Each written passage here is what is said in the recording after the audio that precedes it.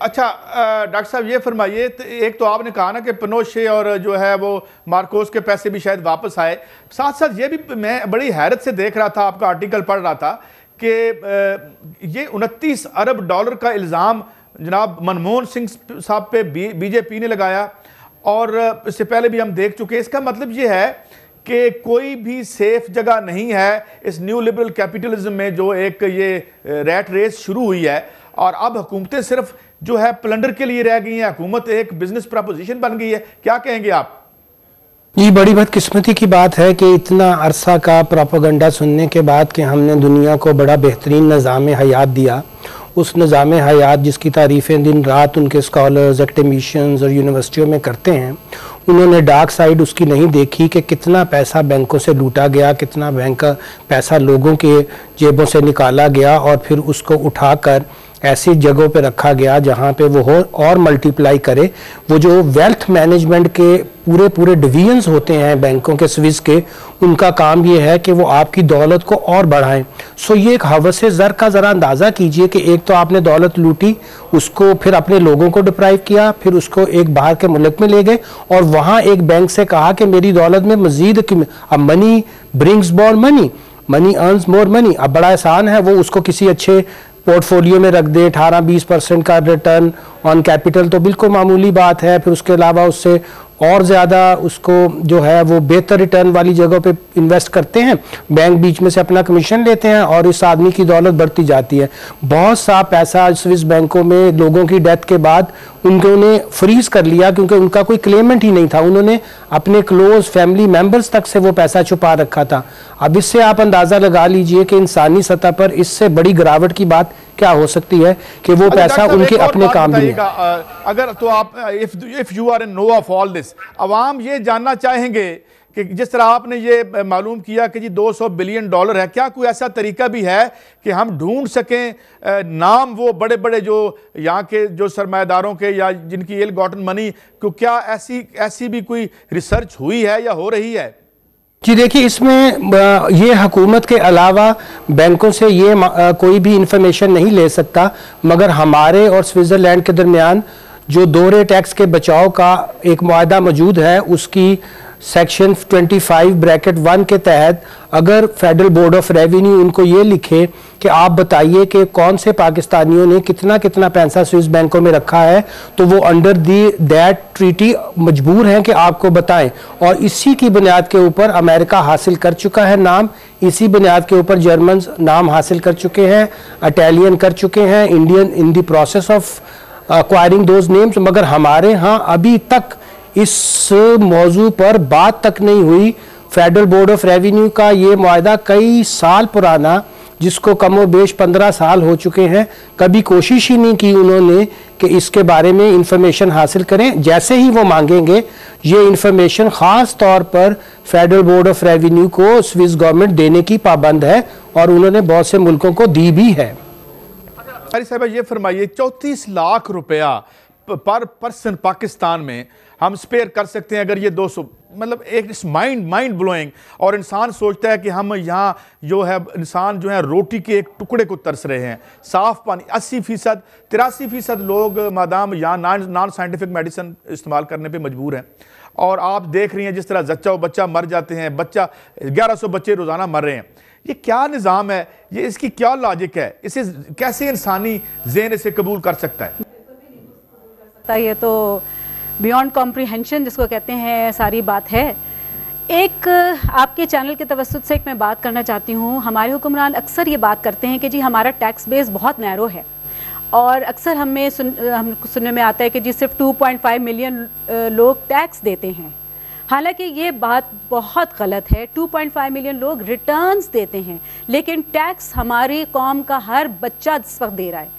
तो कुछ हमारे हुक्मरानों को होशमंदी से काम लेना चाहिए और अपनी जो इन्फॉर्मेशन है वो सही तरीके से बयान करनी चाहिए, क्योंकि बार बार इस पर आकर ये फरमा रहे हैं कि सिर्फ 2.5 मिलियन लोग टैक्स दे रहे हैं। हालांकि ये ऐसी बात नहीं है। टैक्स बेस हमारी बहुत वसी है, सिर्फ डॉक्यूमेंटेशन की कमी है। और इसमें आप यानी कि जो लोग टैक्स जिन पे नहीं भी लगता वो भी इस वक्त टैक्स दे रहे हैं।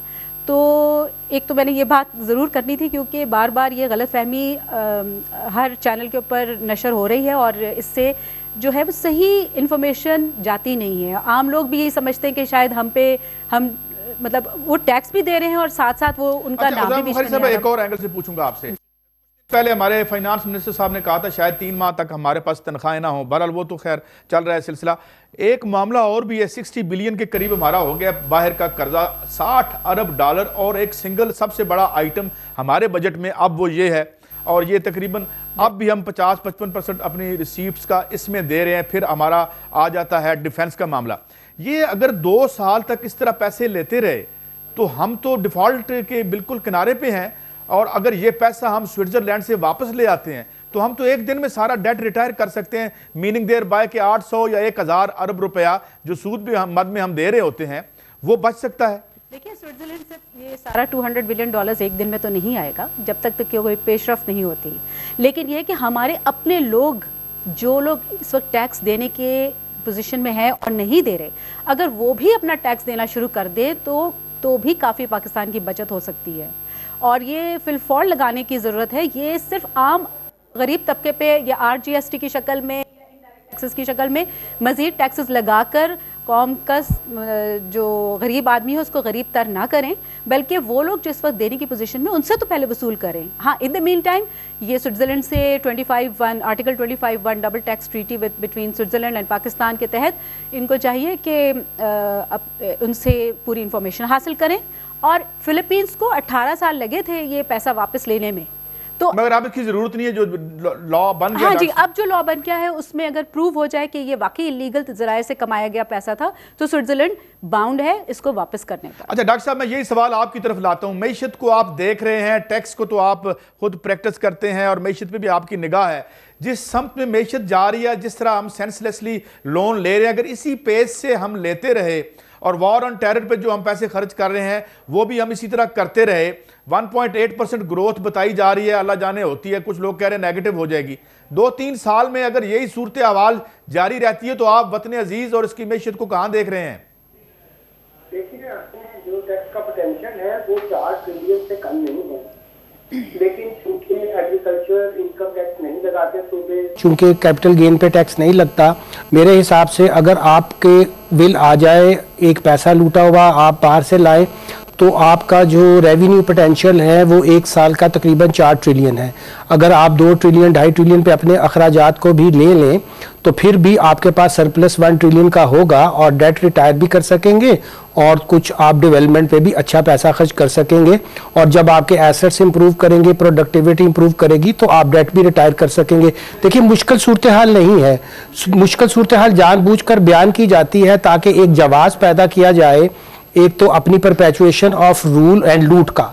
मैं पूरे वसूख से कह सकता हूं कि पाकिस्तान के अंदर बड़ी आसानी के साथ 4 ट्रिलियन का टैक्स इकट्ठा किया जा सकता है। लोग बहुत मालदार हैं, वो टैक्स देने की पोजीशन में हैं, उनके एसेट्स बाहर इतने हैं कि अगर उन एसेट्स को ही सीज किया जाए। देखिए, अगर आप एसेट सीजर का लेजिस्लेशन ले आए, जैसा नारकोटिक्स लेजिस्लेशन में है कि अगर आपको शक है कि किसी आदमी ने किसी नारकोटिक्स एक्टिविटी से, इलीगल एक्टिविटी से पैसा कमाया, आपको कोई जरूरत नहीं है कि आप उसके खिलाफ पहले कोर्ट में, आप कोर्ट के साथ जाके इंजंक्शन लेते हैं और उसको सीज कर लेते हैं, फिर उस आदमी को साबित करना हो। इसी तरह का एक कानून आपको मुल्की सतह पे बनाना पड़ेगा कि जितने भी अनटैक्स एसेट्स हैं उनको स्टेट को सीज करने का राइट हो और फिर वो आदमी साबित करे कि मैंने इसके ऊपर टैक्स पे किया था या मेरा ये ऐसा पैसा था जिससे मुझे टैक्स पे करने की जरूरत नहीं थी। तो अगर हम ऐसे मैयत करेंगे तो कोई वजह नहीं है कि पाकिस्तान का पोटेंशियल और हमारी डेट रिटायरमेंट जो है वो जल्द ना हो सके। मगर ये अपने आप को डेट इंस्लेवमेंट में इसलिए रखना चाहते हैं कि जो डिक्टेशन पॉलिटिकली इनको लेनी है उसके लिए जवाब बना लें। तो हमारी इकोनॉमिक सबसे। अच्छा डॉक्टर साहब, I am running out of time. आपने एक बात को मैं दोबारा से आपसे पूछना चाहूंगा कि ये जो नाम है ये सिर्फ सरकार ही जाके रुजू करके उनके इदारों से हासिल कर सकती है, जिन लोगों के वहाँ अकाउंट्स हैं, या जर्नलिस्ट या कोई और जो इंडिपेंडेंट बॉडीज हैं वो उनको ये राइट नहीं है? नहीं, ये सिर्फ और सिर्फ हुकूमत ही कर सकती है कि वो जाकर वो नाम हासिल करे। आप और मैं तो नहीं हासिल कर पाएंगे।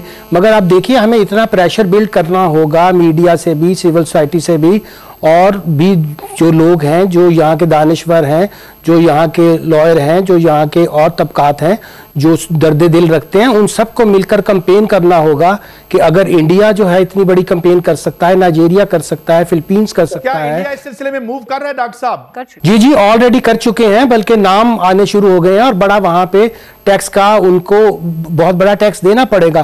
देखिए मैं यही कह रहा हूं कि चोरी तो हर मुल्कों में हुई है, मगर देखना यह है कि उस रियासत का, उस गवर्नमेंट का रवैया क्या हुआ। राम जेठमिलानी साहब ने इंडिया में सुप्रीम कोर्ट में ये रिट फाइल की कि हुकूमत इंडिया को पाबंद किया जाए कि वो सीक्रेसी की आड़ में इस कारोबार को बंद करे और इसको पैसे को वापस लाए। और उसके बाद जो है डॉक्टर साहब, मैं आखिरी सवाल करूंगा मोहतरमा उज़ैमा बुखारी साहब आपसे। मेरा सवाल आपसे ये है कि एक राय पुख्ता और रासिख हो गई है कि ये लोग जो हैं, ये जो रूलिंग एलीट है, बैंकरप्ट है, ये पार्ट ऑफ द प्रॉब्लम है, प्रॉब्लम इटसेल्फ है, सॉल्यूशन इसके बियॉन्ड है, and nothing less than a revolution can save this country. आप क्या कहेंगी?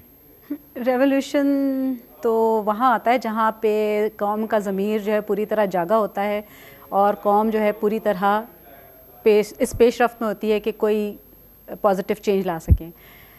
कौम इस वक्त काफ़ी हेल्पलेसनेस का शिकार नज़र आती है, तो रूलिंग एलीट ही के ज़रिए हमारी कोशिश होनी चाहिए कि कौम की बेहतरी हो जाए। क्यों हम ऐसी किसी चीज़ की उम्मीद रखें कि यहाँ पे खून खराबा हो या लूट मार हो। बेहतर ये नहीं है कि अवेयरनेस इस अंदाज के पैदा की जाए कि प्रेशर पड़े उन हुक्मरानों पर कि जो इस वक्त कुछ कर सकने की पोजीशन में हैं। बहुत शुक्रिया मोहतरमा उज़ैमा बुखारी साहिबा और बहुत शुक्रिया डॉक्टर इकरामुल हक साहब।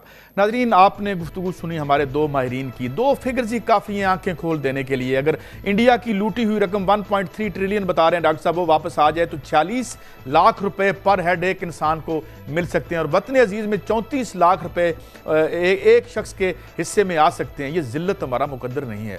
ये जो हमें कहा जाता है कि जी गुर्बत, मेरे प्रोग्राम में लोग आके कहते हैं जी बड़ा टाइम लगता है, कितना टाइम लगता है। केन्स ने कहा था in the long run we are all dead. ये अब जहां साइंस टेक्नोलॉजी पहुंच चुकी है, यहाँ अगर दुरुस्त निज़ाम इन प्लेस हो तो it is matter of months rather years. ये हम कह सकते हैं कि 2-4 साल में। और मैं इसकी एवो मोरेल्स की मिसाल देता हूँ कि जिसने रीनेगोशिएट की अपनी डील्स मल्टीनेशनल के साथ और जिसने वहाँ PTCL और दीगर उसका जो टेलीकम्युनिकेशन नेशनलाइज की, 4 साल में उसने रिवर्स कर दिया गुर्बत का पहिया। और ऐसी मिसालें और भी मौजूद हैं। ह्यूगो चेवेज़ की हम मिसाल भी देते रहे हैं। मगर नाज़रीन, बहुत अफसोस की बात है कि ये तमाम पैसे इल गाटन वहाँ पड़े हैं और यहाँ इस मुल्क के 80-90% लोग ज़िल्लत की ज़िंदगी बसर करने पर मजबूर हैं। नाज़रीन, मिलते हैं एक छोटे से वक्फे के बाद।